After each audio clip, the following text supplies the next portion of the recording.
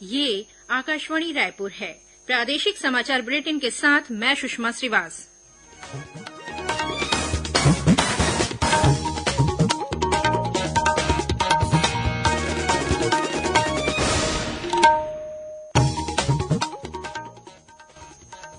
और अब पेश है आज के मुख्य समाचार। कल सुकमा और कोंडागांव जिलों में लॉकडाउन लगने के साथ ही पूरा छत्तीसगढ़ लॉकडाउन के दायरे में आ जाएगा। मुख्यमंत्री ने 11 जिलों में कोरोना संक्रमण की स्थिति की समीक्षा करते हुए दूसरे राज्यों से आने वाले यात्रियों की कोरोना जांच सुनिश्चित करने के दिए निर्देश। भारतीय जनता पार्टी अध्यक्ष जेपी नड्डा ने देश में कोरोना संक्रमण में बढ़ोतरी के बीच पार्टी कार्यकर्ताओं से अपना बूथ कोरोना मुक्त अभियान शुरू करने को कहा है। और सुकमा जिले में माओवादियों ने 2 ग्रामीणों की हत्या की। नारायणपुर ओरछा मार्ग पर कई पेड़ों को काटकर आवागमन किया बाधित।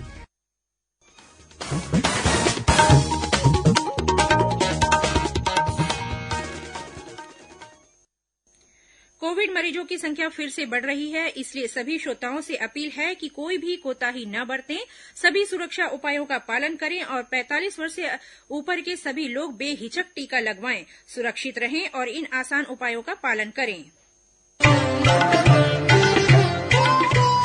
कोविड-19 से बचाव और सुरक्षित रहने के 3 उपाय। मास्क लगाएं, 2 गज दूरी है जरूरी, सुरक्षित दूरी रखें, हाथ और मुंह साफ रखें। अब समाचार विस्तार से। लॉकडाउन का पालन कड़ाई से सुनिश्चित करने के लिए नारायणपुर में पुलिस ने आज फ्लैग मार्च किया। इस दौरान लोगों से घरों में रहने की अपील की गई। मुख्यमंत्री भूपेश बघेल ने एयरपोर्ट के साथ साथ रेलवे स्टेशन, बस स्टैंड और अंतर्राज्यीय सीमाओं पर बाहर से छत्तीसगढ़ आने वाले यात्रियों की कोरोना जांच करने के निर्देश का कड़ाई से पालन करने को कहा है। मुख्यमंत्री ने कल और आज अपने रायपुर स्थित निवास कार्यालय से वर्चुअल बैठक कर राज्य के 11 जिलों में कोरोना संक्रमण की स्थिति, रोकथाम के उपायों और मरीजों के इलाज के लिए की गई व्यवस्थाओं की समीक्षा की। उन्होंने कहा कि बाहर से आने वाले यात्रियों की कोरोना जांच कर उन्हें जरूरत के अनुसार क्वारेंटाइन सेंटर, आइसोलेशन या अस्पताल भेजने की व्यवस्था की जाए। मुख्यमंत्री ने अधिकारियों को लॉकडाउन का सख्ती से पालन कराने और अंतर्राज्यीय सीमाओं को सील करने के निर्देश दिए। मुख्यमंत्री ने इन बैठकों के दौरान विभिन्न जिलों में oxygen bed, ICU bed, ventilator वाले बेड की उपलब्धता के साथ ही ऑक्सीजन सिलेंडरों की आपूर्ति और मेडिकल स्टाफ की उपलब्धता की समीक्षा की।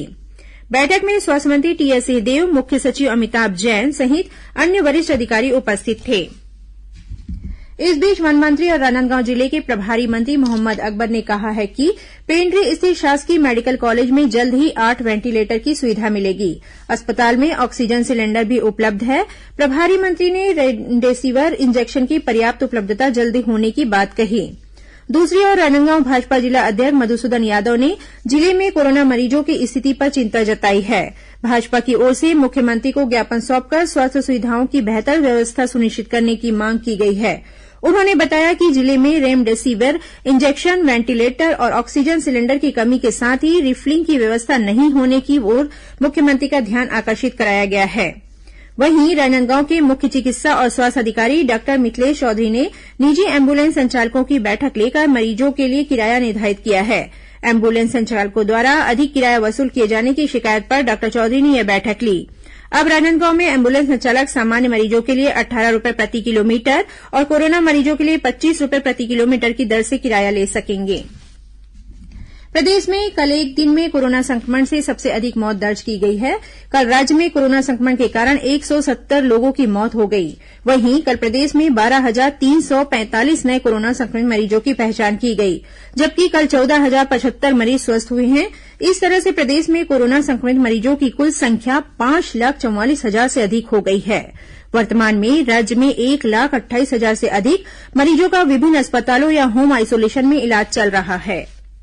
राज्य में कोरोना संक्रमण के बढ़ते प्रभाव को रोकने के लिए विभिन्न सामाजिक संगठन और समाजसेवी संस्थाओं के साथ जनप्रतिनिधि भी स्वास्थ्य सेवाओं में विस्तार के लिए बढ़ चढ़कर सहभागिता निभा रहे हैं। भाजपा के राष्ट्रीय उपाध्यक्ष और पूर्व मुख्यमंत्री डॉक्टर रमन सिंह ने राजनांदगांव जिले के कोरोना संक्रमित मरीजों के उपचार के लिए विधायक निधि से 25 लाख रूपये और 50 ऑक्सीजन सिलेंडर उपलब्ध कराए हैं। जरूरतमंद लोगों को राजनांदगांव के अनुपम नगर रोड स्थित विधायक कार्यालय से यह सिलेंडर निःशुल्क दिए जा रहे हैं। इसी तरह संसदीय सचिव और विधायक विनोद चंद्राकर ने महासमुंद जिले में 2 ऑक्सीजन कंसंट्रेटर मशीन दान की। वहीं महासमुंद जिला प्रशासन को पटवारी संघ, सराफा संघ के अलावा अन्य व्यावसायिक संस्थानों ने भी ऑक्सीजन कंसंट्रेटर मशीनें दान की हैं। उधर कोंडागांव जिले में आइसोलेटेड मरीजों की निगरानी में वन विभाग भी सहयोग कर रहा है। वन विभाग के कर्मचारी सभी विकासखंडों में न केवल घर घर जाकर संक्रमित मरीजों की निगरानी कर रहे हैं, बल्कि लोगों को संक्रमण से बचाव के प्रति जागरूक भी कर रहे हैं। बीट गार्ड से लेकर वनमंडल अधिकारी तक टीकाकरण अभियान में भी मदद के लिए आगे आए हैं। केंद्र सरकार ने कहा है कि प्रधानमंत्री गरीब कल्याण पैकेज बीमा पॉलिसी के दावों का निपटारा इस साल 24 अप्रैल तक जारी रहेगा। इसके बाद कोविड योद्धाओं के लिए एक नई बीमा पॉलिसी प्रभावी होगी। इस पॉलिसी के तहत कोविड योद्धाओं को 50 लाख रुपए का जीवन बीमा कवर प्रदान किया जाता है। बीमा कंपनी द्वारा अब तक 287 दावों का भुगतान किया गया है। इस योजना ने कोविड से लड़ने वाले स्वास्थ्य कार्यकर्ताओं के मनोबल को बढ़ाने में एक महत्वपूर्ण भूमिका निभाई है। प्रादेशिक समाचार आप आकाशवाणी रायपुर से सुन रहे हैं।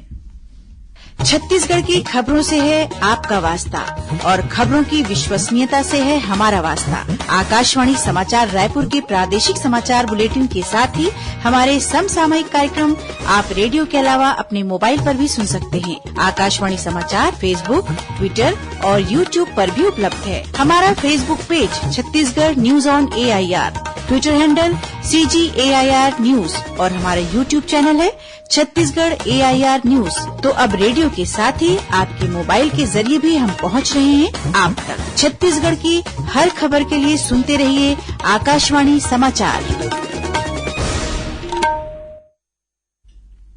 और अब आगे बढ़ते हैं बाकी के समाचारों की ओर। देश में अब तक 12 करोड़ 38 लाख से अधिक कोविड टीके लगाए जा चुके हैं। केंद्रीय स्वास्थ्य मंत्रालय ने कहा है कि पिछले 24 घंटों के दौरान 12,30,000 टीके लगाए गए। वहीं छत्तीसगढ़ कोरोना टीकाकरण अभियान में पूरे देश में 7वें स्थान पर है। राज्य की कुल जनसंख्या के 15% से अधिक यानी 44,49,000 से अधिक लोगों को कोरोना वैक्सीन की पहली डोज दी जा चुकी है, जो कि राष्ट्रीय औसत का 7.79% है। कल तक के आंकड़ों के अनुसार राज्य में 45 वर्ष से अधिक उम्र के 66% से अधिक लोगों को कोरोना का पहला टीका लगाया जा चुका है। इस बीच बिलासपुर आयुर्वेदिक अस्पताल के कोविड टीकाकरण प्रभारी डॉक्टर विद्याभूषण पांडेय ने लोगों से अपील की है कि कोरोना टीका पूरी तरह से सुरक्षित है और पात्र लोग टीका जरूर लगवाएं। मैं डॉक्टर विद्याभूषण पांडे, शासकीय आयुर्वेद महाविद्यालय चिकित्सालय बिलासपुर के टीकाकरण केंद्र का प्रभारी हूँ। हम पिछले 3 माह से यहाँ पर टीकाकरण कार्य कर रहे हैं। इसमें आप पहला टीकाकरण कराने के बाद दूसरा डोज 42 दिन के बाद आपको लगाई जाती है। टीका पूर्णतः सुरक्षित है और टीका करने के बाद आपको हल्का दर्द, सूजन जहाँ पर टीका लगाया गया है वहाँ पर हो सकता है। इसके अलावा आपको बुखार थोड़ी सी हो सकती है, जो कि 1 से 2 दिवस के उपरांत ठीक हो जाता है। ये किसी भी टीकाकरण को करवाने के बाद के सामान्य लक्षण है। अभी वर्तमान में बिलासपुर में 150 शासकीय संस्थानों में निःशुल्क टीका लगाया जा रहा है एवं 13 प्राइवेट संस्थानों में यह सशुल्क टीका लगाया जा रहा है। 45 वर्ष से ऊपर के जितने लाभार्थी हैं वो टीकाकरण करवा सकते हैं। इसके अतिरिक्त फ्रंटलाइन वर्कर एवं हेल्थ केयर वर्कर भी अपना टीकाकरण करवा सकते हैं। इधर दुर्ग जिले में टीकाकरण के कारण बुजुर्गों पर कोरोना संक्रमण का असर कम होने की जानकारी मिली है। जिले में 60 वर्ष से अधिक आयु के बुजुर्गों के केवल 112 मामले सामने आए हैं, जो कि यहां कुल मामलों का करीब 8% है। जिले के अधिकांश बुजुर्गों को टीके की पहली खुराक लग चुकी है। वहीं मुंगेली की एसडीएम प्रिया गोपाल ने भी लोगों से अपील की है कि वे अफवाहों पर ध्यान न दें और टीकाकरण कराकर इस जानलेवा बीमारी से सुरक्षित रहें। इसी तरह राजनांदगांव जिला कलेक्टर टोपेश्वर वर्मा ने भी नागरिकों से कोविड प्रोटोकॉल का पालन करने और मास्क पहनने की अपील की है। उन्होंने कहा है कि मास्क जीवन की सुरक्षा के लिए बहुत जरूरी है और इसे आदत में शामिल करना होगा। भारतीय जनता पार्टी अध्यक्ष जेपी नड्डा ने देश में कोरोना संक्रमण में बढ़ोतरी के बीच पार्टी कार्यकर्ताओं से अपना बूथ कोरोना मुक्त अभियान शुरू करने को कहा है। उन्होंने सभी पार्टी पदाधिकारियों और कार्यकर्ताओं से सैनिटाइजेशन, साफ सफाई और लोगों के बीच जागरूकता लाकर संक्रमण की रोकथाम के लिए व्यापक अभियान चलाने का आग्रह किया। श्री नड्डा ने पार्टी के राष्ट्रीय पदाधिकारियों और प्रदेश इकाई अध्यक्षों के साथ वर्चुअल बैठक में देश में कोविड स्थिति पर विचार विमर्श किया और यह सुनिश्चित करने को कहा कि लोग कड़ाई से एहतियाती उपायों का पालन करें। इस बीच भाजपा नेताओं ने आज प्रदेश के विभिन्न जिलों में प्रेस वार्ता लेकर राज्य सरकार पर कोरोना संक्रमण से निपटने में असफल रहने का आरोप लगाया। रायपुर में प्रेस वार्ता को संबोधित करते हुए पूर्व मंत्री और विधायक बृजमोहन अग्रवाल ने राज्य सरकार की कोरोना संक्रमण से निपटने की रणनीति पर सवाल उठाए। उन्होंने कहा कि लोगों को इलाज के लिए सरकारी योजनाओं का फायदा नहीं मिल रहा है, साथ ही रेमडेसिविर इंजेक्शन और ऑक्सीजन की कमी से मरीज और उनके परिजन परेशान हो रहे हैं। श्री अग्रवाल ने राज्य सरकार पर आरोप प्रत्यारोप करने और संक्रमण से निपटने के लिए विपक्ष के सुझाव नहीं मानने का आरोप लगाया। रायपुर स्थित अखिल भारतीय आयुर्विज्ञान संस्थान एम्स की नियमित ओपीडी बंद होने के कारण इमरजेंसी और ट्रामा सेंटर में हर दिन मरीजों की संख्या में बढ़ोतरी हो रही है। इसे देखते हुए एम्स की सेवाओं का विस्तार किया जा रहा है। यहां 250 से अधिक चिकित्सकों की नियुक्ति की जा रही है, जो कोरोना संक्रमित मरीजों के साथ ही आपातकालीन चिकित्सा में भी सेवाएं प्रदान करेंगे। इसके साथ ही पुराने मरीजों के उपचार को जारी रखने के लिए टेली मेडिसिन सेवाओं का विस्तार किया गया। एम्स के निदेशक डॉक्टर नितिन एम नागरकर ने बताया कि ए और बी ब्लॉक में आईसीयू और सामान्य बिस्तरों की संख्या बढ़ाई जा रही है। चिकित्सकों की नियुक्ति से एम्स में 24 घंटे आपातकालीन सेवाएं प्रदान की जा सकेगी। वहीं टेलीमेडिसिन ओपीडी में हर दिन करीब 70 मरीज फोन कर रहे हैं। इधर आरंग में कोरोना संक्रमित मरीजों के उपचार के लिए केवल 4 दिनों के भीतर सर्व सुविधायुक्त कोविड सेंटर की स्थापना की गई। नगर पालिका परिषद के टाउन हॉल में स्थापित इस सेंटर में ऑक्सीजन युक्त 50 बिस्तर और ऑक्सीमीटर के साथ ही अन्य सुविधाएं मुहैया कराई गई है। सुकमा जिले में माओवादियों ने 2 ग्रामीणों की हत्या कर दी है। दोनों युवकों का शव पुलिस ने बरामद कर लिया है। जगरगुंडा एरिया कमेटी ने इस वारदात की जिम्मेदारी ली है। वहीं बीजापुर जिले के गंगालूर और जांगला थाना क्षेत्र से सुरक्षा बलों ने 2 माओवादियों को गिरफ्तार करने में सफलता हासिल की है। इन माओवादियों पर कई हिंसक घटनाओं में शामिल रहने का आरोप है। इधर नारायणपुर जिले के कुकड़ाछोर गांव के पास सुरक्षा बलों ने एक माओवादी को गिरफ्तार किया है। इस माओवादी पर निर्माण कार्यों को क्षतिग्रस्त करने और मशीनों में आगजनी की घटनाओं में शामिल रहने का आरोप है। इसी तरह नारायणपुर ओरछा मुख्य मार्ग पर बीती रात माओवादियों ने 2 जगहों पर सड़कों के पेड़ काटकर गिरा दिए और जगह जगह गड्ढे कर आवागमन को बाधित करने का प्रयास किया। छत्तीसगढ़ व्यावसायिक परीक्षा मंडल ने कोरोना संक्रमण के बढ़ते मामलों के मद्देनजर मंडी निरीक्षक और उप निरीक्षक की भर्ती परीक्षा को स्थगित कर दी है। परीक्षा की अगली तिथि की सूचना उम्मीदवारों को 2 से 3 सप्ताह पूर्व दी जाएगी। गौरतलब है कि इन पदों के लिए इस महीने की 29 तारीख को परीक्षा होनी थी। और अब पेश है मौसम का हाल। दक्षिण पूर्व मध्यप्रदेश के ऊपर एक ऊपरी हवा का चक्रवाती घेरा बना हुआ है। इसके असर से कल राज्य के 1-2 स्थानों पर गरज चमक के साथ हल्की बारिश होने या छींटे पड़ने की संभावना है। मौसम विभाग ने राज्य में 1-2 जगहों पर आकाशीय बिजली गिरने की चेतावनी भी दी है। इस बीच आज बालोद जिले के कुछ स्थानों पर गरज चमक के साथ तेज बारिश होने के समाचार मिले हैं। इससे तापमान में गिरावट आई है। अब कुछ खबरें संक्षिप्त में।